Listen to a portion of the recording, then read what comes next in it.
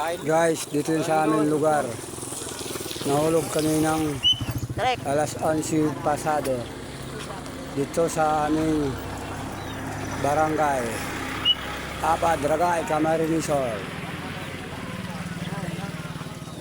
Dito yan guys, yan ang na-actual namin. Pagpunta namin dito, yan na yung guys, nahulog na yung kotse. Pero yung sakay, sinugod sa hospital guys. Dito sa Ragay. Ang sakay nito daw guys, isang pamilya, 2 bata, Ay, si motor.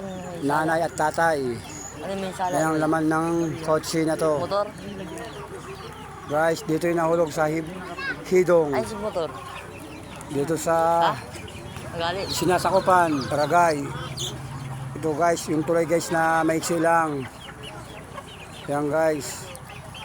Binabuhat ngayon ng guys ng bulldozer.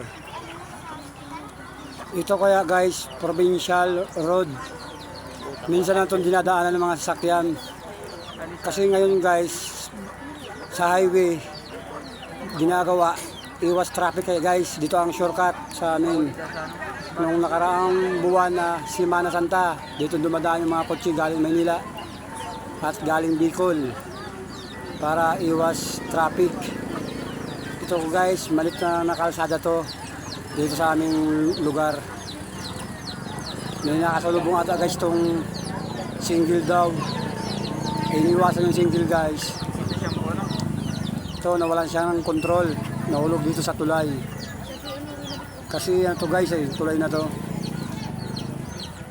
Hindi siya malapad, malit lang. Yan guys. Ngayon lang guys nangyari dito sa aming barangay na may disgrasya. Kasi nung araw hindi naman dinadaan ito ng mga sasakyan. Ang dumadaan ito mga single, tricycle lang. Bawal dito ang dumaan ng mga malalaking sakyan tulad ng truck, bus. Sabi nila guys, yung mga nauna dito, yung kinuha yung tao sa loob ng kotse, yung driver daw mukhang nagrabe.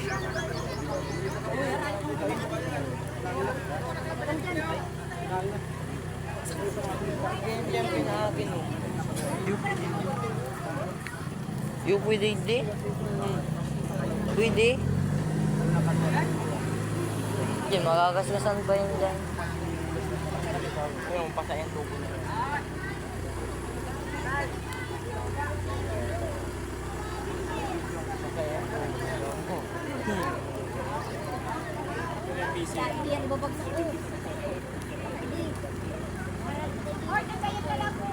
Ay, palikiman na.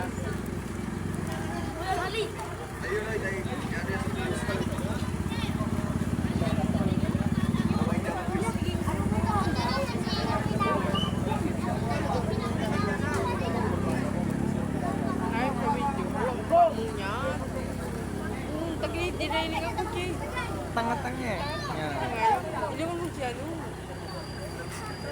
iPhone. iPhone nga ni dyan. Nga mo. Dala ko tayo.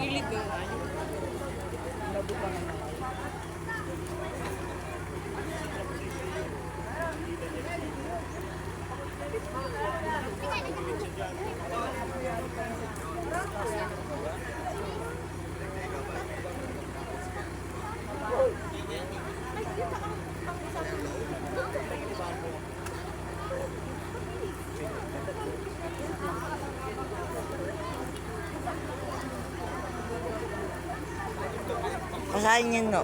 Alit naman. Ha?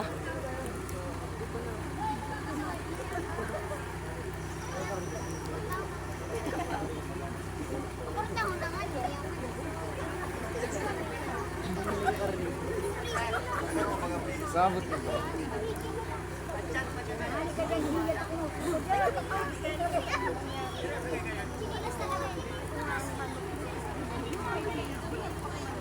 Tin, video mo tin.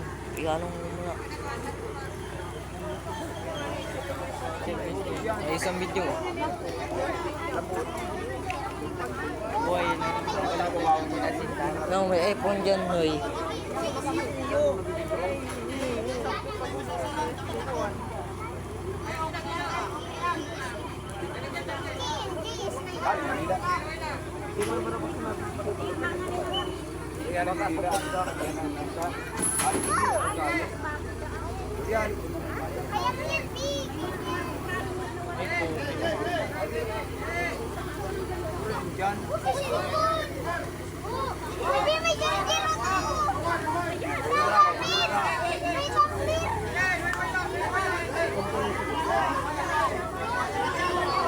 Ito, wallet na yun. Wallet na yun. Angat. Taho ba dun? Lagi.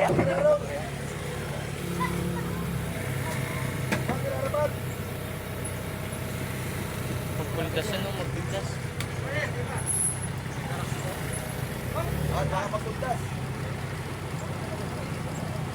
Kapit niya.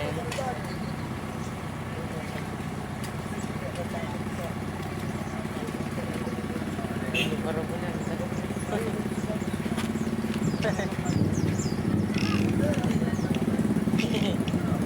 Nagkapay yung mahal. Marabulang nga. Marao, doon may pulis.